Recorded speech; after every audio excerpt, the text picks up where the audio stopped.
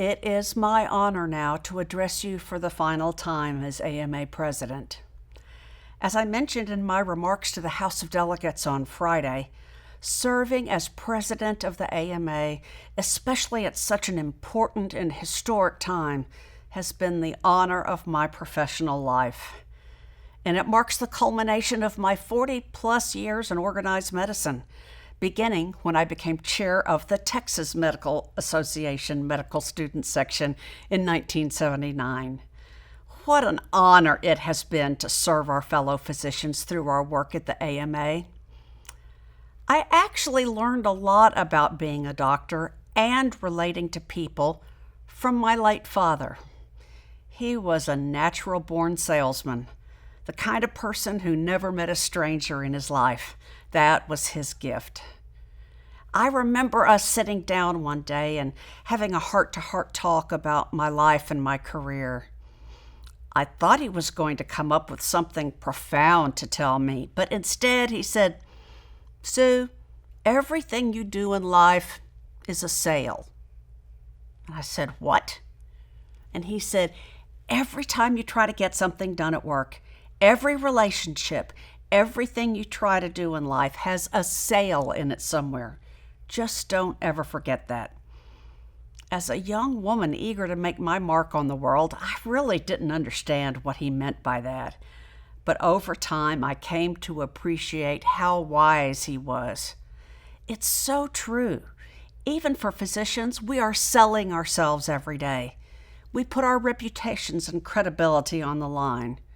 We do it when we're counseling our patients or encouraging them to follow a course of treatment. We do it through our advocacy in organized medicine. We sell ourselves as valuable members of a team or when we're trying to build consensus around a sensitive issue. Another word for it is relationship building, although my old school dad wouldn't have thought of it in that way.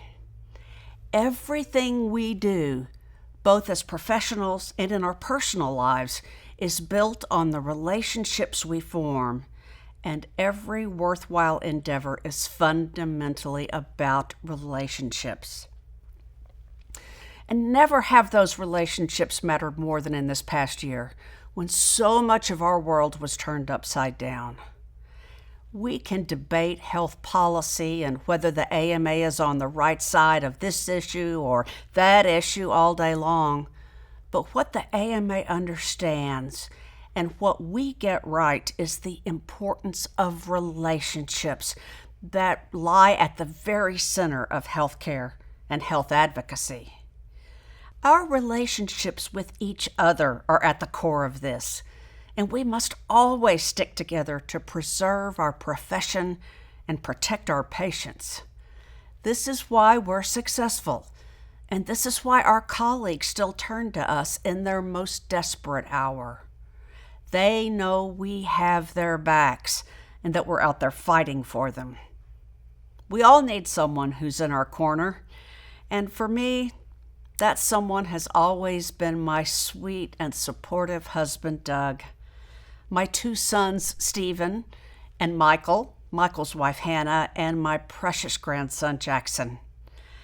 I could not do any of this without you, and I love you very much. To my good friend and colleague, Dr. Jerry Harmon, I welcome you to this very special club. You are a man of tremendous integrity and humility, and I can't think of anyone better suited to lead the AMA and our fellow physicians out of this pandemic and into whatever comes next. Just like my remarkable predecessor, Dr. Patrice Harris, whom we bid farewell tonight, Dr. Harmon will be a transition president. Part of his term will be virtual and part of it face-to-face. But regardless of the circumstances, I know he has the skills to lead us. We are all in good hands. Thank you again for the opportunity to serve as your president. It has been my honor and my privilege. Thank you.